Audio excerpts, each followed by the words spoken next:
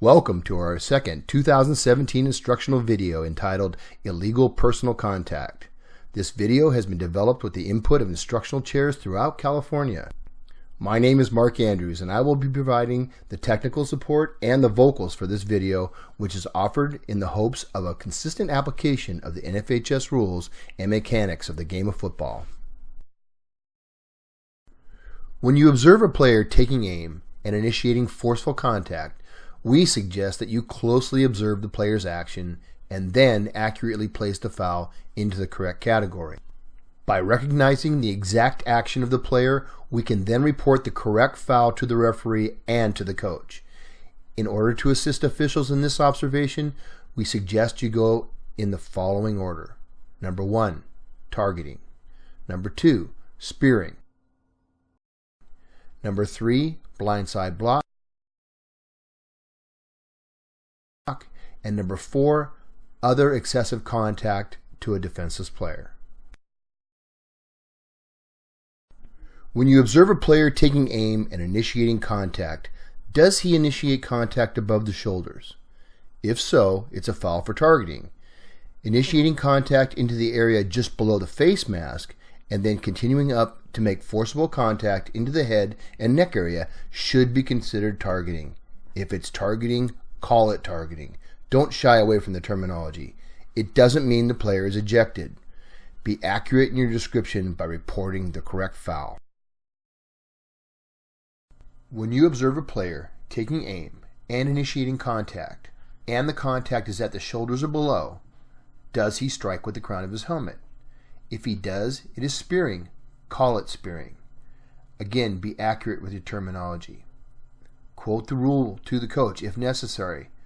Don't paraphrase or use your own words. Quote the rule. But remember, if targeting was with the crown of the helmet but above the shoulders, we want you to report the foul as targeting. Go in the suggested order to develop consistency and accuracy in your judgment and communication. If you observe a player taking aim and initiating contact that is not targeting nor spearing, is the opponent defenseless? A defenseless player is defined as a player who, because of his physical position and focus of concentration, is especially vulnerable to injury. The rulebook is very clear in stating a player who initiates contact against a defenseless player is responsible for making legal contact. So if we don't have targeting and we don't have spearing, do we have a blindside block? As you know, NFHS has included the specific foul for blindside blocks in the 2017 rulebook. When you observe a player taking aim and initiating forceful contact to a player other than the runner who does not see the blocker approaching and the contact is at the shoulders or below and not with the crown of his helmet, that is a foul for a blindside block, unless the player initiated the contact with open hands and/or the contact is not forceful. Remember, if the blindside block is above the shoulders, that's targeting. If he uses the crown of his helmet below the head and neck area, it should be reported as spearing.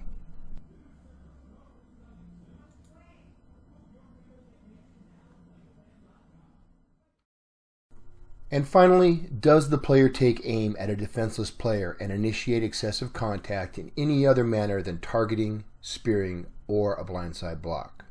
We are usually talking about plays involving a defenseless receiver or a player clearly well behind or completely out of the play.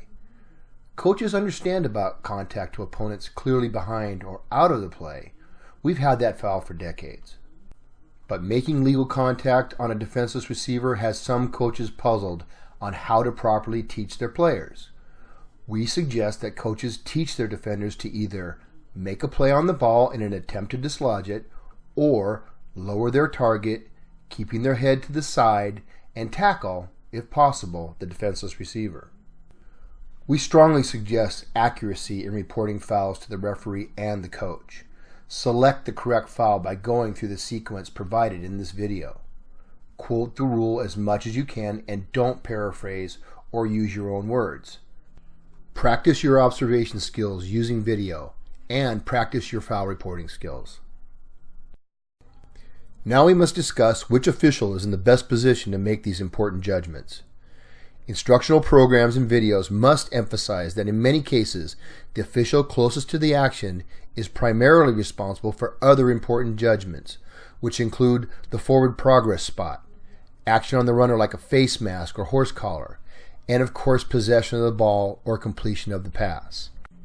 So we suggest that the closest official's focus is on the offensive player, making it difficult to simultaneously be watching the actions of the defender or blocker in any detail.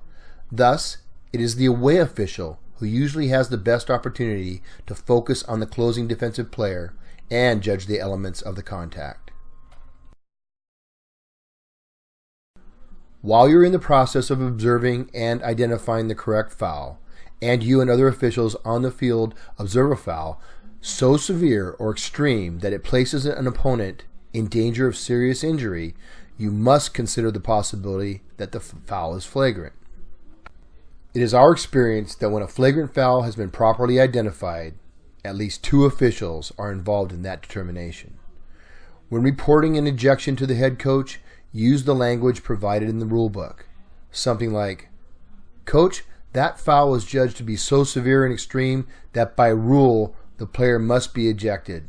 Or, "Coach, that foul was judged to be so severe and extreme that player has disqualified himself." When discussing flagrant fouls in an instructional meeting, it is best to only view video of fouls that have been judged on the field to be flagrant, and then only those that have been supported by the governing body that reviews ejections.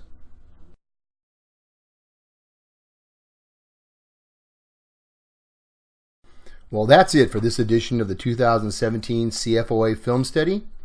If you'd like to learn more about targeting, spearing, blindside blocks, and excessive contact on defenseless players, please click on the playlist above and visit the 2016 CFOA Film Study playlist.